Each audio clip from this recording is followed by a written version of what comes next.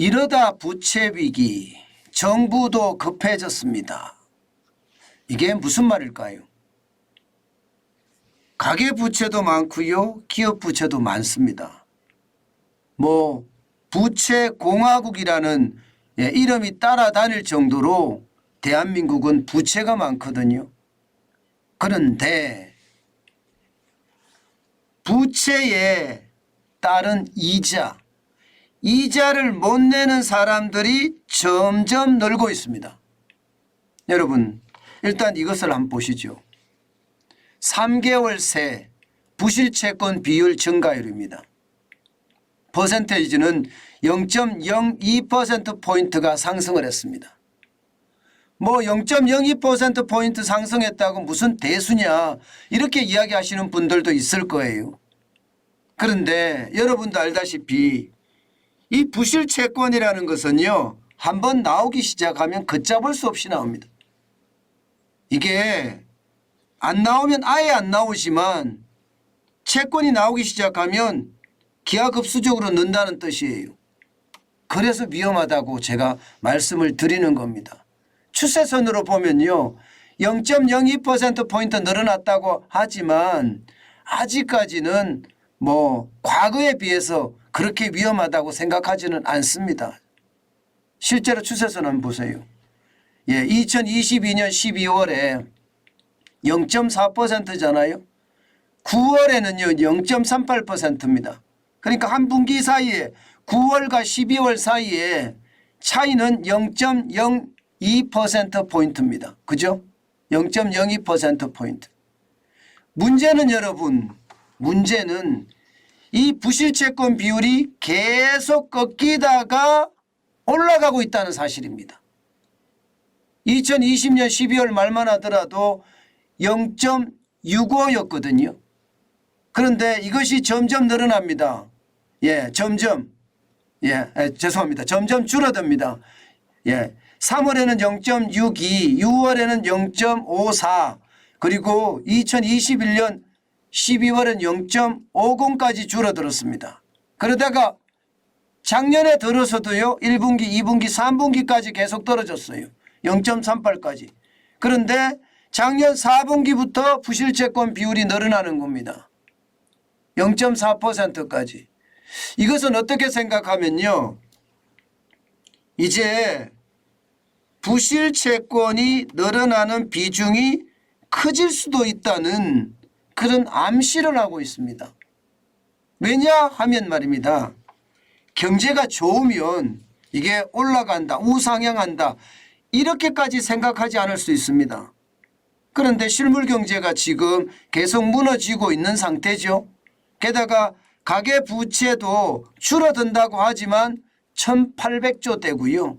기업부채는 2,200조 대입니다. 그러면 특히 말입니다. 기업의 부채가 부실채권으로 연결되는 경우가 많은데 지금 기업들도 사실상 말입니다. 벌어서 이자를 못 갚는 비중이 많다는 이야기가 되는 겁니다. 여러분 이것은 늘어나기 시작하면 인정사정 없이 늘어납니다. 왜냐고요? 그런 조짐도 있습니다. 제가 근거 없이 이러다 곧 부채위기 온다 이렇게 제가 말할 이유가 없지요. 당연히 근거가 있습니다. 여러분 보세요. 금융권의 연체율을 보면 말입니다. 지금 제가 보여드린 데는 은행이에요. 그죠? 국내 은행의 부실채권 비율이 0.4%라고 보여드렸습니다. 그런데 은행은요 연체율이 늘어나도 적게 늘어납니다. 2021년 말에 0.21%였거든요. 2022년 말에는 0.25% 정도밖에 되지 않습니다. 그렇지만 여러분 카드사나 상호금융이라고 이야기하는 뭐 새마을공고나 농협이요. 그다음에 축기업이나 신협은 다릅니다. 지금 카드사는 2021년에 1.09%였는데 2022년 말에는 1.20%로 늘었죠. 상호금융은 1.17%에서 52%까지 늘었습니다. 굉장히 빠른 속도로 늘어나고 있습니다. 여러분, 이게 말입니다. 대출 만기 연장 133조 3천억하고 마주치면 어떻게 될까요? 이게 마주치면 여러분 연체율은 더 크게 늘어날 수밖에 없습니다. 저는 심각해질 수도 있다고 생각해요. 어디 그뿐입니까? 이 부실채권 안에는 아무래도 기업들이 PF 대출, 부동산 PF 대출도 여기에 또 포함이 되어 있단 말입니다. 예, 이게 증권사 채무보전까지 합치면 150조가 넘는 규모거든요. 예, 그러면 그 충격의 위험은 얼마나 클까요? 저는 은행이나 카드사나 상호금융사나 그 상황이 굉장히 폭발적일 거다 이렇게 생각을 하고 있고요. 여러분 빠진 데가 한 곳이 있죠. 빠진 데가 저축은행이 빠졌습니다. 저축은행 그죠? 저축은행은요. 예, 지금 2%가 훨씬 넘었을 거다 하는 게 지금 시장의 예측치입니다. 지난해 저축은행 연체율은요 3% 초중반 이렇게 예상을 하고 있습니다. 그러면 2021년 말에는 2.5% 정도 예상하거든요. 3% 초중반이면 여러분 점점 위기의 상황이 커질 수도 있다 이렇게 생각하는 겁니다. 게다가 전 세계적으로 지금 은행 위기의 어떤 도화선은 계속 커지고 있는 모양새예요.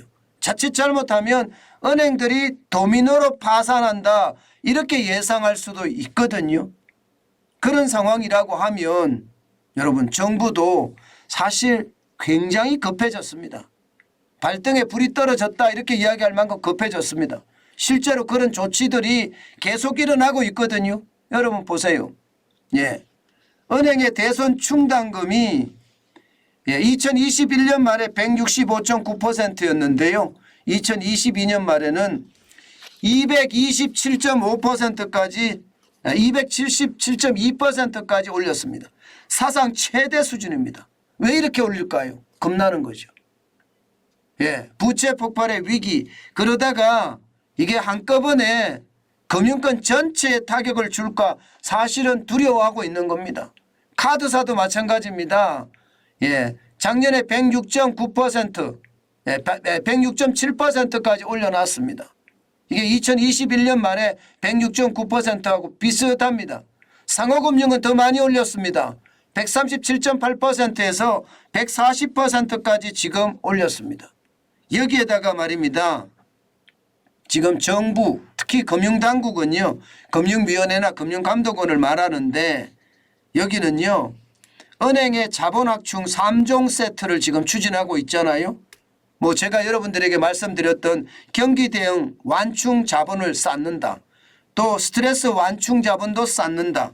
대손 특별 준비금도 쌓는다. 이렇게 세 가지를 또 쌓는다라고 이야기합니다. 이 말은 여러분 예상했던 것보다가 부채 위기가 진짜 크다는 겁니다. 이게 말입니다. 계속해서 진행될 경우에는요. 예, 이게 우리 금융권에도 굉장히 큰 충격으로 다가올 가능성 굉장히 큽니다. 미리미리 대응을 하겠다는 이야기죠. 미리미리. 그만큼 말입니다. 정부의 움직임이 그 어느 때보다 빨라진다 이런 얘기예요. 게다가 요즘의 위기라는 것은요. 실적에 상관없습니다. 예, 이게 신뢰를 잃으면 그 금융권은 바로 위기로 이제 봉착이 되기 때문에 뭐 이게 지금까지 실적이 나쁘다. 그래서 의미 없습니다. 실적이 좋아도 파산하는 게 실리콘밸리 은행에서 봤거든요. 그래서 폼뱅커런이나 혹은 아주 순식간에 일어날 수 있는 디지털 뱅커런 여기에 대한 불안감도 굉장히 크다 이렇게 이야기할 수가 있는 겁니다. 요즘 금융당국은요. 완전히 살얼음판이라고 이야기합니다.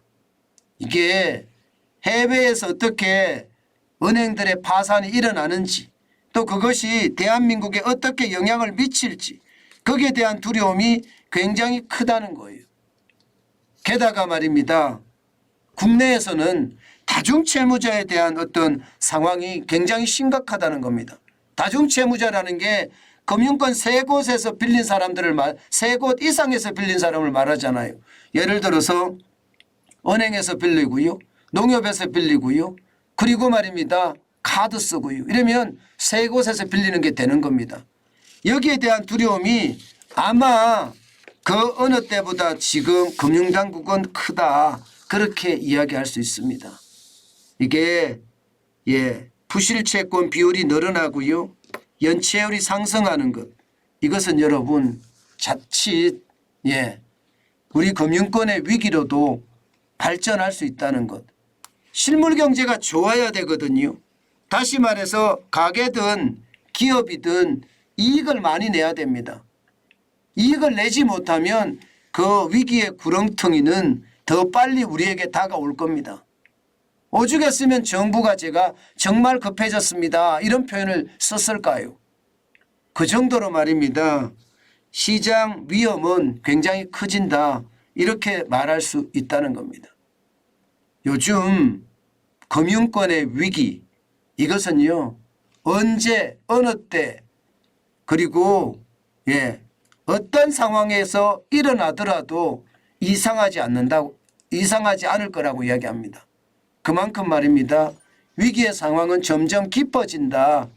이렇게 생각합니다. 여러분에게 계속 제가 당부를 드리고 있는 말 중에 이금융권이나 또 특히 이금융권 중에서는요.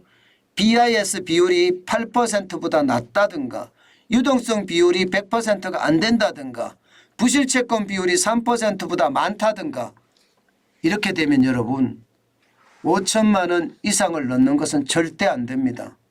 4,700만 원까지만 넣어야 된다는 것 아마 여러분들은 이제 다 알고 계실 겁니다. 이게 예금자 보호 한도가 확대되지 않는 한 이자까지 제가 받으려고 하면 4,700만 원이 적당하다. 이런 말씀 또다시 한번 올립니다.